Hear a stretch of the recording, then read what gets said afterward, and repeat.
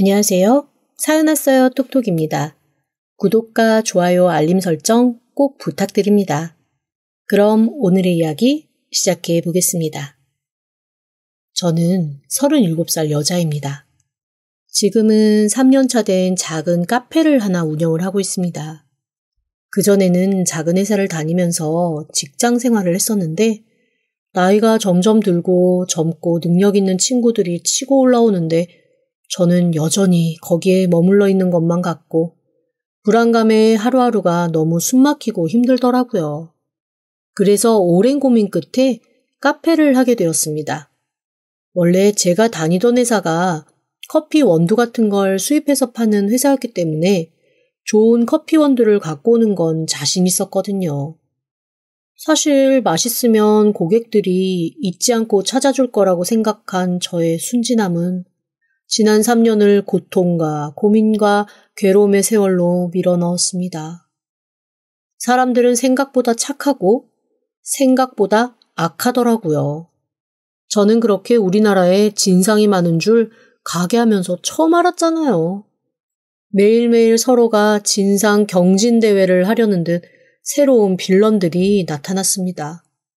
나중에는 테이블 위에 이상한 쓰레기를 놓고 가거나 자기 집에 버려야 될 것들을 매장으로 갖고 와서 버리는 사람 정도는 아주 귀여운 애교로 봐주게 되더라니까요.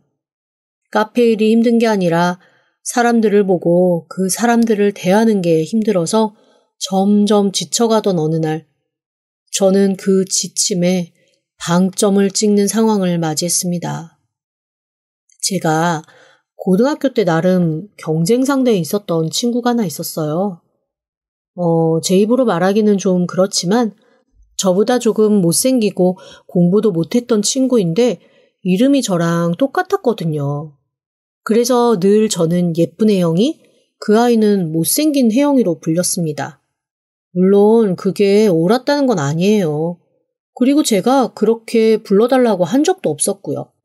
하지만 학생 때 아이들이 서로 그렇게 서로를 놀리며 까불던 시절에는 솔직히 말하면 그게 저를 은근히 거만하게 만드는 요소가 되기도 했습니다. 물론 지금은 절대 그런 거 없습니다. 그냥 어렸을 때니까 애들이 저를 예쁘다고 불러주니 그냥 그게 좋아서 헤헤거리고 다녔을 뿐이죠. 그날도 아침부터 이 커피는 왜 이렇게 쓰냐? 나는 단 게 먹고 싶다 하신 손님이 계셔서 커피에 시럽을 넣어드렸거든요. 그랬더니 또 달아서 못 먹겠다고 화를 버럭버럭 내시는 거예요. 약간 연세가 있으신 어르신이긴 했지만 저한테 대뜸 카페 사장이나 되어가지고 커피 간도 못 맞춘다고 이런 가게가 어딨냐고 악담을 쏟아내시는데 그게 제가 가게 열고 15분 만에 있었던 일입니다. 진심으로 가게 문 닫고 집에 가고 싶더라고요. 갑자기 내가 무슨 영화를 보려고 여기서 이러고 있나 싶은 생각이 들면서 서러움이 확 몰려오고 진짜 오늘 가게 접고 집에 가버릴까 이런 생각을 하고 있던 그때 너무나 멋진 차 한 대가 가게 앞에 서더니 그 안에서 머리 끝부터 발끝까지 좋기 3, 4천은 돼 보이는 액세서리와 옷으로 쫙 꾸민 여자 하나가 나타나더라고요. 그리고는 조용히 카페 문을 열고 커피 테이크아웃 5잔만 하고 싶은데 가능하냐고 묻는 거예요. 목구멍이 포도청이니 어쩌겠어요. 불과 30초 전에 오늘 가게 문 닫고 그냥 집으로 들어갈까 생각했던 건 그새 있고 테이크아웃 가능하다고 준비해드리겠다고 했죠.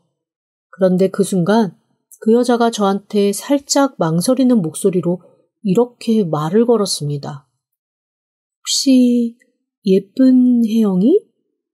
10수년 만에 들어본 별명이라 너무 당황스러워서 손에 들고 있던 커피 도구를 떨어뜨릴 정도였어요. 네?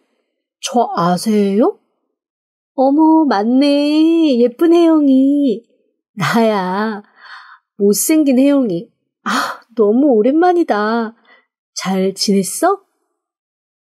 저는 너무 놀라서 제대로 인사도 못하고 저도 모르게 입을 해벌린 채 그 친구를 바라봤습니다. 솔직히 가게 안으로 들어올 때 저렇게 예쁘고 날씬한 여자, 온몸에 명품을 감은 여자는 어떤 팔자를 타고 태어난 걸까 살짝 생각을 할 정도로 그 여자가 너무너무 예뻤거든요. 그런데 자기 입으로 못생긴 혜영이라면서 수줍게 웃는데 웃을 때 살짝 드러나는 보조개가 딱 그 친구의 모습이라는 게 떠오르더라고요. 학교 다닐 때는 그 보조개도 아이들이 촌스럽다고 놀려댔는데 세상에 그 보조개가 왜 그렇게 예뻐요? 지금 같아서는 돈 주고 만들래도 만들 만큼 보조개가 너무 예쁘고 사랑스러운 겁니다. 제가 너무 놀라서 허둥지둥거렸더니 그 친구가 저를 보고 쌩긋 웃으며 다시 한번 말을 걸더라고요. 예, 너무 오랜만이다. 너는 하나도 안 변했네. 한눈에 알아봤어. 이 카페 네가 하는 거야? 내가 하는 거긴 한데 너는 많이 변했다. 못 알아봤어. 그러게, 나 좀 많이 변했지? 이게 어렸을 때랑 확실히 좀 달라지나 봐. 우리 엄마도 가끔 나 학교 다닐 때 진짜 못난이였다고 지금 사람 됐다고 그렇게 말씀하시는걸. 아니야, 너 학교 다닐 때도 괜찮았어. 예, 진실 아닌 거 다 알거든. 너는 예쁜 혜영이었고 나는 못생긴 혜영이었는데 우리들이 얼마나 비교를 많이 당했니. 참, 지금에서야 하는 말이지만 그때나 솔직히 너도 좀 원망하고 미워하고 했었어. 그래도 네가 성격이 좋고 착해서 항상 애들한테 그런 말 하지 말라고 얘기도 해주고 그게 나는 그렇게 고마웠다. 안 그래도 종종 살면서 네 생각 났었는데 이렇게라도 만나니 너무 반갑다. 내가 지금 미국에 살고 있어서 한국은 자주 안 나오거든? 그래도 나올 때마다 한 번씩 카페 꼭 들러서 커피 살게. 아, 지금 미국 사는구나. 남편이 실리콘밸리에서 사업 크게 해. 그래서 나도 얼결에 그냥 미국 살고 있어. 너는 결혼은 했고? 아니, 그냥 뭐 자유롭게 살다 보니까 이렇게 됐네. 아, 그게 좋아. 남편이랑 자식이랑 어떨 때는 짐이야. 너 너무 멋있다. 골드미스 사장님. 너무 부럽다. 아니야, 부럽긴. 그냥 평범한 자영업자지 뭐. 너는 그러면 미국에서는 뭐 애들만 키우고 있는 거야? 아니야. 남편이 내가 너무 심심해하니까 에스테틱 하나 내줬는데 어쩌다 보니 그게 지금 3호점까지 늘어났어. 오늘 한국 들어온 것도 한국에 있는 에스테틱 샵이랑 제휴 맺을 게 있을까 해서. 코리안 뷰티 요즘에 핫하잖아. 한국 화장품 좀 들여다가 같이 팔아볼까 하고 사업차 얘기하러 온 거야. 이 근처에 화장품 회사 유명한데 거기 본사 가고 있어.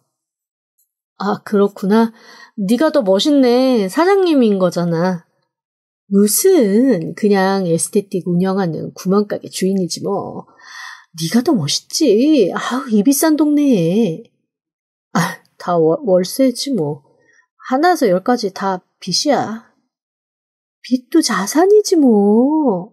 참, 내가 지금 가봐야 되니까 나중에 또 연락할게. 이따 미팅 끝나고 시간 되면 한번 들를게. 우리 추억 얘기나 좀 하자.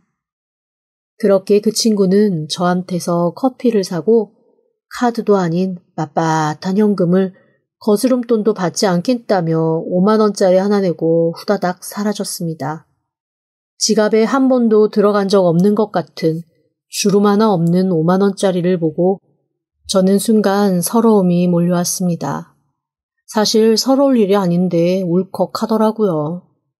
만약에 아침에 저한테 커피 맛 못 맞춘다고 버럭 소리를 지르며 동전 던지고 갔던 그 할아버지만 아니었어도 이렇게까지 서러운 마음이 들지는 않았을 텐데 아마도 그 할아버지 때문에 우울했던 마음에 그 친구가 불을 지핀 것 같은 느낌이었습니다. 현찰 손님이 많이 없어서 매장에 그렇게 현찰을 많이 두지는 않거든요. 친구가 준 5만 원짜리를 포스기에 넣으려고 포스기를 딱 열었는데 온통 구깃구깃하고 지저분한 그 돈 사이에 친구가 준 빳빳한 5만 원짜리는 그 자태조차 영롱하더라고요. 갑자기 포스기 안에 있는 구겨진 돈들은 제 인생 같고 제 손에 들려있는 빳빳한 돈은 그 친구 인생 같다는 생각이 들어서 순간 우울감이 확 몰려왔습니다. 그리고 그 친구가 혹시나 회의 끝나고 정말로 저를 찾아올까봐 가게를 후닥 닫고 말았어요. 왜 그랬는지는 지금도 모르겠지만 일단 너무 도망가고 싶더라고요. 그리고 다음 날도 혹시 그 친구가 또 회의를 왔다가 가게를 찾을까봐 아르바이트생한테 대신 나가달라고 했습니다. 아니나 다를까 알바생한테 문자가 오더라고요. 사장님 친구분이라고 하는데 연락처 알려달라고 하시는데 혹시 알려줘도 되냐고 말이죠. 저는 그 문자를 보고 한참 고민했습니다. 연락처를 알려주라고 하면 분명히 전화해서 만나자고 할 것 같은데 그 친구가 매장에 오는 것도 싫어서 피해 있는 마당에 연락처 주고받으면서 서로 만나고 싶은 생각은 없는 거예요.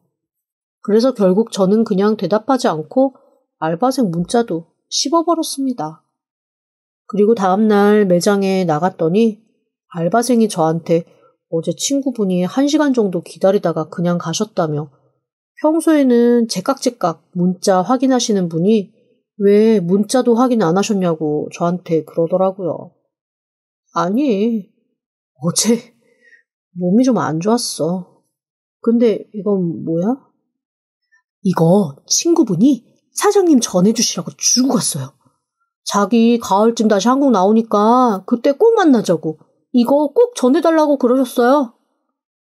알바생이 제게 전달해 준 건 명품 로고가 있는 쇼핑백이었습니다. 알바생이 눈을 반짝반짝하며 제 옆에 서서 어서 열어보라는 듯이 눈치를 주더라고요. 근데요, 그분 엄청 부티나시던데요? 머리끝부터 발끝까지 중형차 한 대는 뒤집어 쓰고 오셨어요. 저한테도 이런 심부름 시켜서 미안하다고 하시면서 알바 끝나고 맛있는 거 사 먹으라고 돈도 주고 가셨어요. 그래서 제가 이런 거는 손님한테 받으면 안 된다고 했더니 손님이 아니라 사장 친구니까 그냥 이모가 주는 거다 생각하고 받으라고 봉투 하나 주셨는데 봉투에 30만 원이나 들어있더라고요. 저 완전 쇼크 받았어요. 그래서 제가 이렇게 많이 주시면 안 된다고 이거는 용돈도 아니라고 그랬더니 제가 내려드린 커피가 너무 맛있다고 미국에서는 원래 팁 문화가 있어서 자기가 마음에 드는 서비스를 받으면 원하는 대로 팁 줄 수 있는 거라고 팁이라고 생각하시라고 하는 거 있죠? 저 평생 미국 가서 일해보고 싶은 생각 없었는데 이런 손님만 있는 미국이라면 미국 가서 일해도 좋겠다는 생각까지 들었다니까요? 해맑게 얘기하는 알바생의 말이 오히려 저한테는 콕콕 좀 아프게 찔려왔습니다. 평생 그 친구 생각 한 번 안 하고 살았는데 이렇게 나타나 저희 알바생 마음마저 훅 가져가 버린 거잖아요. 질투할 일은 아니었지만 정말 사람 팔자 어떻게 될지 모르는구나 라는 생각이 들더라고요. 친구가 주고 간 쇼핑백을 열었습니다. 거기에 제 한 달 매출에 근접한 가격의 브랜드 지갑이 들어있더라고요. 알바생이 너무 놀라서 이런 걸 선물로 주고 가신 거냐고 대박이라며 혀를 내두르더라고요. 거기에 편지도 하나 있었습니다. 얼굴 꼭 보고 가고 싶었는데 그리고 꼭 선물 직접 전해주고 싶었는데 많이 바쁜가 보다. 이거 부담 갖지 마.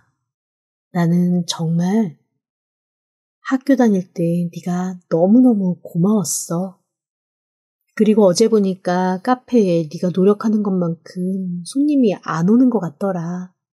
오해는 하지 말고 내가 처음에 미국에서 사업할 때 나 많이 도와주셨던 투자 전문가가 있거든. 돈도 엄청 많고 집안도 좋은 사람이야. 그 사람한테 너 좀 도와달라고 얘기해놨으니까 그 사람이 언제 곧 카페 가면 한번 편안하게 상담해봐. 그분도 커피 좋아하시는 분이라 맛있는 커피 마시러 전 세계 로스터리 다니시는 분이거든. 아마 너랑 얘기 잘 통할 거야. 친구야, 내가 너한테 해줄 수 있는 거, 도와줄 수 있는 게 이거밖에 없다. 다음에 오면 꼭 얼굴 보고 얘기하자. 사실 조금 어이가 없기도 했습니다. 솔직히 말하면 오바 같기도 했어요. 이 친구랑 저 이 정도로 친한 건 아니거든요. 오히려 저 때문에 이 친구가 힘들었으면 힘들었지 저로 인해 도움된 건 없었습니다. 말리지 않은 저도 문제였지만 저희들을 비교하며 주변 친구들이 진짜 이 친구를 엄청 많이 놀리고 괴롭혔거든요. 그래서 사실 제가 편들어줬다고 한 친구 말에 양심이 좀 찔리기도 했습니다. 저는 저 편하자고 제가 착해야 하니까 편을 들어준 것이지 정말 그 친구를 위해 그러지는 않았거든요. 뭔가 오해가 쌓여 제가 착한 사람이 된 것 같아 영 불편하더라고요. 그래서 제 사정을 한눈에 꿰뚫고 도움을 주겠다고 한 친구가 한편으로는 고맙기도 하고 조금 자존심이 상하기도 했습니다. 그리고 그냥 말이라도 이렇게 해주니 고맙다라는 생각과 함께 그 투자 전문가가 오면 만나나 보자라는 생각을 했죠. 그리고 그날 저녁 저는 머리 끝에서부터 번개불이 쏟아지는 것 같은 상황을 맞이했습니다. 그 투자 전문가라는 사람이 정말로 저희 매장에 온 거예요. 그런데 이거 너무 신기하게도 어서 오세요 하고 고개를 들고 제 앞에 있는 손님을 보자마자 아, 이 사람 내 친구가 말한 그 사람이구나 라는 느낌이 확 왔습니다. 옆에서 마감 정리를 하고 있던 아르바이트생도 뭔가 눈을 반짝하면서 저를 보고 흘낏 고갯짓을 하더라고요. 그 정도로 무언가 포스가 느껴졌습니다. 그냥 평범한 사람 같지는 않았어요.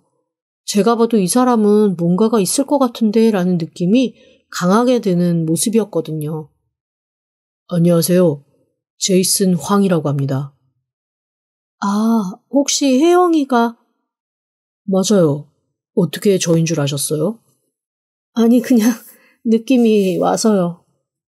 야, 우리 사장님 통찰력은 되게 좋으시네요. 그 통찰력이 사업하는 사람들한테는 정말로 중요합니다.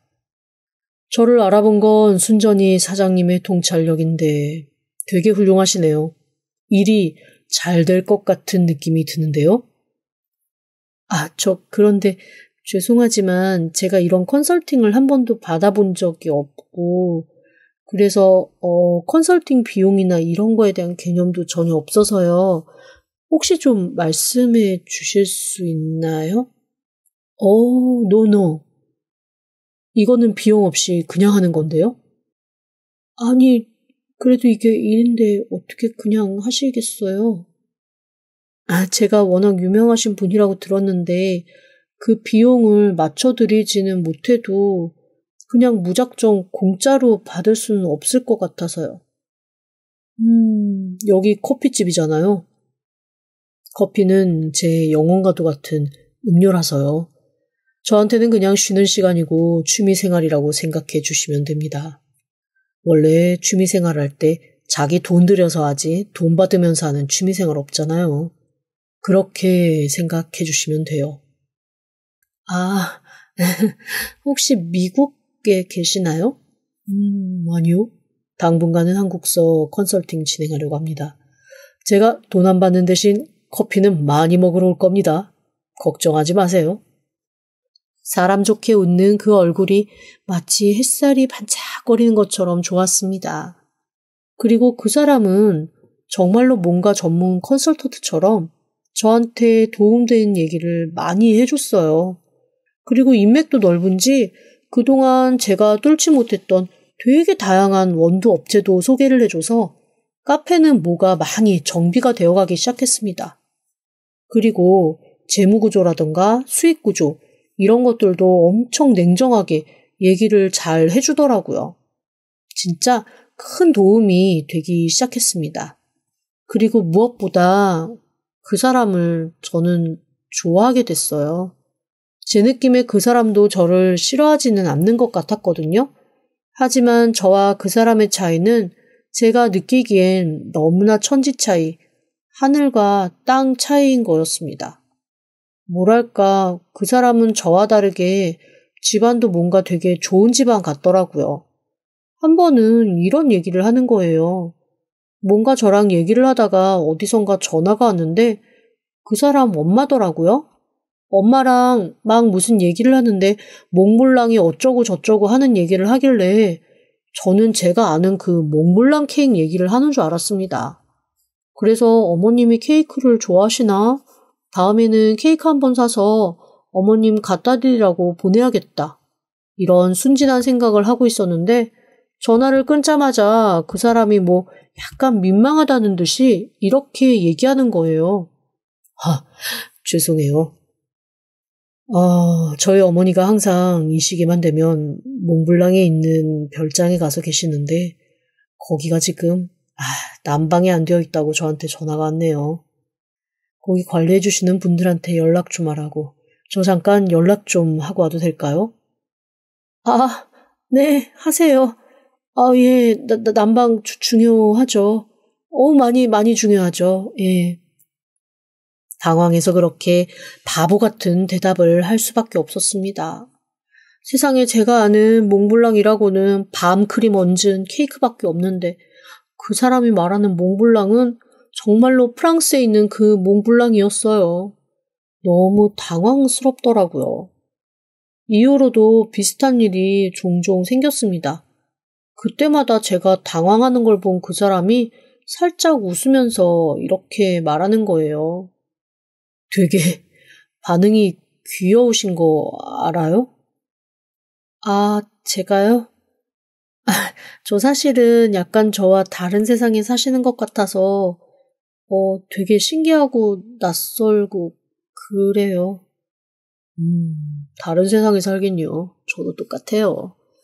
저희 아버지가 재미교포 사업가시거든요. 덕분에 저도 일찍부터 금융 공부를 한 거고요. 그거 아니었으면 저도 지금 이렇게 남들보다 일은 성공 못했을 거예요. 그런데 단 한 가지? 단 한 가지. 돈은 그래도 좀 벌 만큼 번 것 같은데 속상하게도 아직 제가 장가를 못 가서 그거 하나 좀 그래요. 일하다 보면 그러실 수 있죠. 저도 이러고 있는데요, 뭐. 저는 사실 좋은 남편, 좋은 아빠가 되는 게 제 인생 가장 큰 꿈이거든요. 그 꿈 하나를 실현을 못하고 있으니 이건 뭐 가져도 가진 게 아니에요. 저는 그 얘기를 듣고 살짝 저도 모르게 시무룩해졌습니다. 그냥 저와는 어울리지 않는 사람인데 어쩐지 탐내고 싶은 그런 느낌이랄까요. 그냥 제가 대답 없이 가만히 있으니 그 사람이 저한테 이렇게 물어보더라고요. 그래서 말인데요. 저 어때요? 네? 그게 무슨... 제가 생각을 해본 적이 없어서... 거짓말. 생각 많이 했잖아요. 내가 눈치 하나로 이날 이때까지 살아온 사람인데 저 보는 눈빛 저 다 알고 있었어요. 그런데 나를 그렇게 보면서 왜 내가 당신을 보는 눈빛은 못 느껴요? 순간 정신이 혼미해졌습니다. 이렇게 로맨틱하고 꿈 같은 상황이 나에게 벌어질 수도 있는 거구나라는 생각이 들면서 뭔가 심장이 두근두근하며 아무 생각도 들지 않더라고요. 그리고 그걸 1열에서 직관한 저희 알바생은 본인이 얼굴이 빨개져가지고 숨을 훅훅 내쉬며 안절부절 못하는데 와, 이거는 꼭 연애하는 걸 자식한테 들킨 엄마 같은 심정이랄까요? 그거를 그 사람도 알아챘는지 빙긋 웃으며 저한테 얘기하더라고요. 그 침묵이 대답 중 하나라고 생각할게요. 일단 저도 긍정적인 사인으로 받아들일게요. 우리 자세한 얘기는 단둘이 있을 때만 해요. 지금은 듣는 사람이 너무 많네요. 그 말조차 너무 로맨틱했습니다. 그리고 그날 저녁 저와 그는 서로의 마음을 확인하고 그동안 모르는 척 미뤄왔던 것만큼이나 불타는 연애를 시작했습니다. 너무 행복했어요. 제 알바생은 저한테 이것이 진정한 신데렐라 스토리라며 사장님이 재벌가에 시집가는 거라며 혼자 설레발을 또 엄청 치더라고요. 그 사람은 저한테 서로 나이가 있는데 마음 확인했으면 됐지. 다른 거 뭐 따질 거 있냐며 바로 결혼하자고 얘기를 했습니다. 그리고 정말 일사천리로 저희 부모님한테 인사하고 그 사람 부모님한테 인사를 시켰어요. 저 그 사람 부모님한테 어디에서 인사했는 줄 아세요? 일본 긴자에 있는 일식집에서 인사드렸습니다. 한국으로 들어오실 스케줄은 안 되고 두 분이 다 일본에 비즈니스 미팅차 오시는 날이 있었는데 그날에 맞춰서 저희가 일본 가서 인사드렸어요. 이거는 무슨 글로벌한 상황인지 엄청 높은 빌딩 꼭대기에 실내임에도 불구하고 냇물이 졸졸 흐르는 보거집이 있더라고요. 그 보거집에서 정말 드라마에서 보는 것 같은 느낌으로 그 사람 부모님을 만나 뵙고 저는 비로소 내가 평범한 사람과 연애를 하고 있는 게 아니구나라는 걸 깨달았습니다. 뭔가 꿈 같더라고요. 다만 하나 시어머니는 저한테 결혼 조건으로 전업주부가 되었으면 좋겠다라는 얘기를 하셨습니다. 카페는 나중에 나이 들어서 더 심심해지면 경영할 수 있게 하나 정도 제주도나 강원도쯤에 차려줄 테니 자기 아들이 한창 현역에서 일할 때는 아들 뒷바라지를 좀 열심히 해줬으면 좋겠다고 하시는 거예요. 어차피 진상 고객들 때문에 카페 운영도 너무 힘들었고 하고 싶은 마음도 없었는데 결혼하면서부터 대뜸 그만두겠다고 하면 꼭 취직하려는 사람처럼 생각할까봐 사실 말을 못했거든요. 그런데 시어머니가 먼저 그렇게 말씀해 주시니 저로서는 너무 오히려 감사했죠. 말 잘 듣는 며느리인 양 알겠다고 어머님 말씀에 순종하겠다고 했죠. 이후 결혼 준비를 하면서 제 전 재산을 쏟아넣었던 가게는 싹 정리했습니다. 그리고 저도 양심이 있으니 어느 정도 집에 투자는 해야 하잖아요. 그래서 아주 소소한 살림살이 사는데 모두 써버렸습니다. 부모님이랑 주변 친구들이 아무리 부잣집에 시집을 가는 거지만 그래도 좀 네 앞으로 남겨놓고 가라고 했는데 그 말을 듣진 않았어요. 이미 그 사람이 저의 몇 배나 되는 돈을 써서 신혼집도 마련하고 살림도 마련하고 그랬는데 제가 아무것도 안 하면 그건 너무 양심 없는 짓 같았거든요. 그렇게 꿈같은 결혼 생활을 하고 6개월 정도 흘렀습니다. 저희 결혼식은 사실 되게 소박하게 했어요. 저는 워낙 돈 많은 집이라서 결혼식도 호텔에서 엄청 크게 할 줄 알고 저희 집에서 그 수준을 못 맞추면 어떡하나라고 생각을 했는데 시어머니, 시아버지가 결혼식 성대하게 하는 거 자기는 너무 촌스럽고 졸부들이 하는 허례허식 같다고 생각하신다며 그냥 가족들끼리만 밥 한 끼 먹고 소박하게 했으면 좋겠다고 하시더라고요. 안 그래도 시대가 차이나는 환경 때문에 부담스러워했던 저희 엄마 아빠는 오히려 그 말을 듣고 진정한 노블리스 오블리제가 여기 있다며 저한테 사돈 어르신들 참 괜찮으신 분들이라고 저런 분들 없다고 칭찬을 다 하셨습니다. 어쨌거나 저는 그래서 결혼식도 친구들 초대 없이 소박하게 하고 신혼여행도 국내로 가볍게 다녀왔습니다. 평생 제가 살아볼 거라고는 생각하지 못했던 크고 넓은 집에서 시작한 신혼생활은 낯설기도 하고 행복하기도 했어요. 남편은 다정했고 저는 행복했거든요. 그런데 6개월 정도 지난 다음부터 조금씩 저희 부부 사이에는 균열이 생기기 시작했습니다. 우선 남편은 집에 들어오는 시간이 자꾸만 늦어지거나 안 들어오는 날이 잦아졌습니다. 물론 바쁜 사람이니까 그렇다고는 하지만 예전에는 바쁘면 바쁘다고 저한테 일일이 양해를 구하며 저를 외롭지 않게 해주었는데 지금은 바쁜데 너까지 왜 이렇게 귀찮게 하냐는 듯 저를 좀 무심하게 대하는 게 느껴지더라고요. 그런데 그게 사람이 은근 서운하잖아요. 그렇게 저는 홀로 집에 남아 남편을 망연자실하게 기다리는 날이 길어졌습니다. 그러던 어느 날 저와 함께 일했던 알바생한테 오랜만에 연락이 왔어요. 제가 가게를 정리하면서 알바생한테는 3개월치 월급을 주고 가게 정리할 것 같으니 그만 나오라는 얘기를 한참이었거든요. 그것도 남편이 알바생 그냥 내보내면 안 좋다고 3개월치는 급여를 주자고 해서 제가 가게 판 돈에서 3개월치 급여를 준 참이었습니다. 어머, 잘 지냈어? 반갑다. 나 요즘에 아무 일도 안 하고 맨날 집에만 있으니까 너무 심심해. 우리 밥이라도 한 끼 먹을까? 아, 사장님, 그것도 좋은데요. 저 사장님 좀 이상한 게 있어서 전화드렸어요. 뭔데? 얘기해. 혹시 사장님 찾아오셨던 친구분 있잖아요. 남편분 소개해 주신 그 친구분. 그분 미국에 계시다고 하지 않았어요? 미국에 있다고 했지? 근데 왜? 그러니까요. 그런데 왜 그분이 여기 계시지? 아니, 제가 사장님 카페 그만두고 저희 고향 내려와서 고향 언니가 하는 카페에서 일을 하고 있거든요?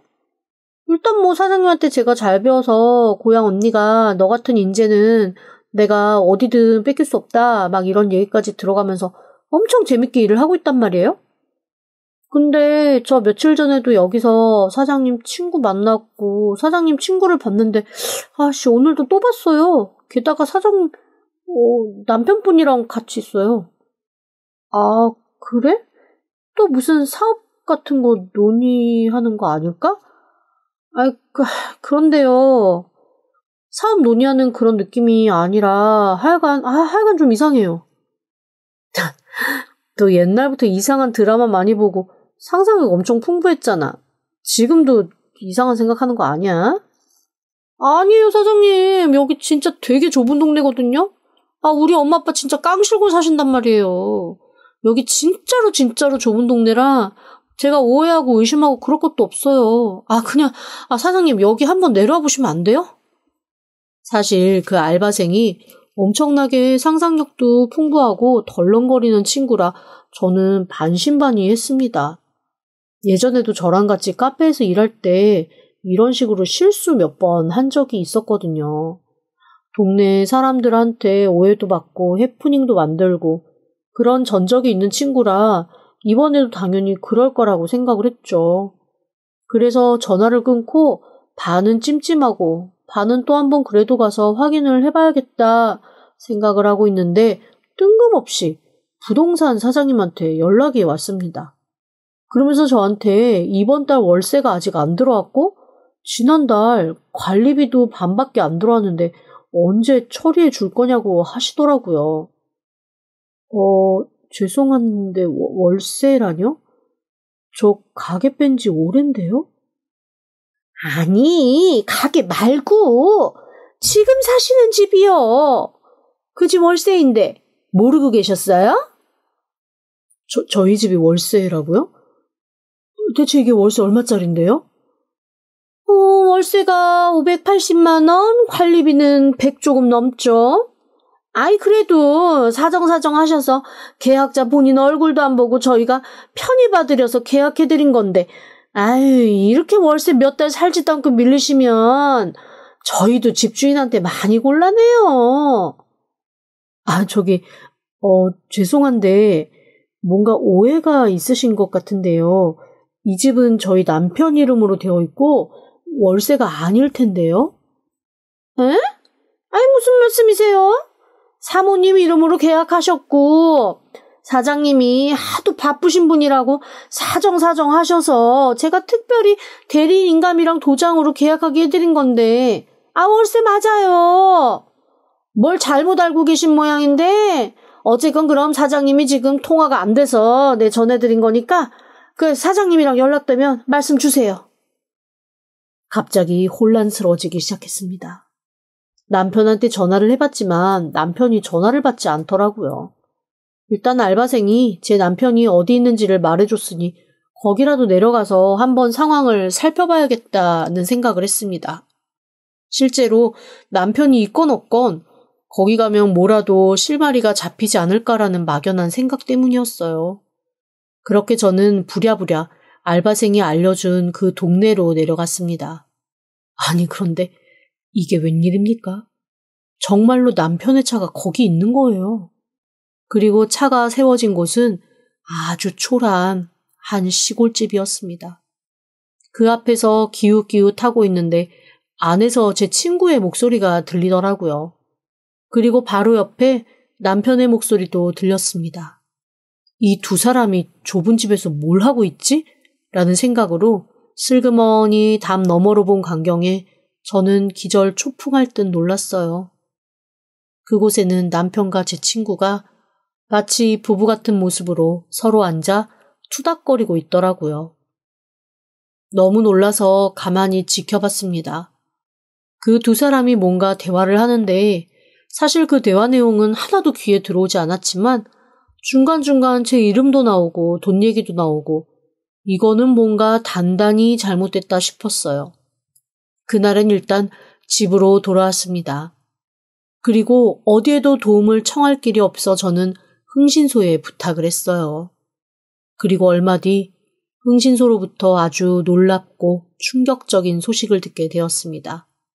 한마디로 처음부터 끝까지 모든 게 다 거짓이었어요. 제가 시부모님이라고 알고 지냈던 그 사람들은 남편이 고용을 한 사람들이었고 한국에서 다른 사람들, 혹시 건너라도 아는 사람들을 만나면 곤란하니 스몰 웨딩 하자고 했던 거였습니다. 그동안 제가 가게 빼서 남편한테 살림살이 사라고 줬던 그 돈, 그걸로 생활비며 호화찬란한 생활 유지하고 있었던 거더라고요. 제가 남편이 산 줄 알았던 집안의 가구와 살림들 다 렌탈한 것이었습니다. 너무 쇼크를 받아서 어떻게 반응을 해야 될지도 모르겠더라고요. 게다가 더 충격적인 건 이 모든 일을 계획한 게 제 친구라는 점이었습니다. 알고 보니 제 친구는 학교 다닐 때 저랑 비교당하며 상처받았던 걸로 정말 힘들어했다고 하더라고요. 한동안 정신과 치료도 받고 병원에도 오래 있었다고 했습니다. 그런데 저는 좀 억울한 게 제가 대놓고 그 친구를 괴롭힌 적은 없었거든요. 그런데 삐뚤어진 마음으로 저를 원망하기 시작한 후 제 존재 때문에 자기가 그렇게 힘들어졌다고 생각한 친구는 모든 원망을 저한테 쏟아낸 거였습니다. 여기저기에서 돈을 빌려 화려한 차를 빌리고 명품도 다 렌탈해서 들고 와서 저를 나락에 빠뜨리려고 오랫동안 계획한 거였어요. 그 와중에 사기꾼인 남편이 돈 좀 뜯을 수 있을 거란 생각에 동조했던 거고요. 저는 너무나 깜짝 놀랐습니다.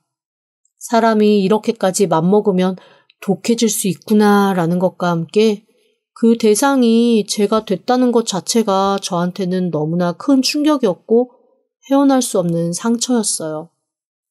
결국 저는 경찰에 그 두 사람을 신고했습니다. 친구는 잡혀가면서도 내내 고등학교 때부터 네가 잘못한 일로 생긴 자업자득이라며 버럭버럭 저한테 폐악질을 하더라고요. 제가 남편이라고 생각했던 그 사람은 자기는 돈 받고 일을 해준 것뿐이라며 잘못한 게 없다고 또 버럭버럭 소리를 지르기 시작했습니다.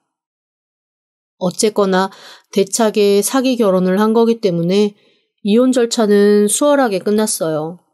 하지만 저한테는 씻을 수 없는 상처가 남았죠. 삐뚤어진 분노 때문에 제 인생은 완전히 너덜너덜 망가지고 말았습니다. 하지만 그 두 사람한테 당한 만큼 어느 정도 단단해진 것도 없지 않아 있습니다. 제가 가게에 빼서 대주었던 대부분의 금액을 조금 시간이 걸리긴 했지만 형량 합의를 하면서 조금 보존받을 수 있었고 그걸로 다시 카페를 열었어요. 어쨌거나 먹고는 살아야 하니까요. 그리고 고맙게도 아르바이트생은 그 제 얘기를 듣자마자 다시 올라와 저희 가게에서 일을 해주기 시작했습니다. 한 가지 좋은 점은 이런 일을 겪고 났더니 어지간한 진상 손님은 진상으로 느껴지지도 않는다는 거예요. 그만큼 제가 단단해졌다는 거겠죠. 오죽하면 알바생이 사장님이 진상을 진상으로 받아들이지 않는 신기한 시간이 왔다며 혀를 내두를 정도니까요. 역시 마냥 나쁘기만 한 일은 없다라는 긍정적인 생각을 해보려고 합니다. 앞으로는 누구를 부러워하지도 않고 누구를 미워하지도 않고 그냥 제 생긴 대로 성실하게 잘 살아보려고요. 열심히 살다 보면 언젠가는 진짜로 행복이 뭔지 알고 빛볼 날이 있겠죠? 지금까지 들어주셔서 감사합니다. 구독과 좋아요, 알림 설정은 사연 왔어요 톡톡에게 큰 힘이 됩니다. 지금 바로 구독 부탁드립니다. 그럼 다음 사연으로 또 찾아오겠습니다. 감사합니다.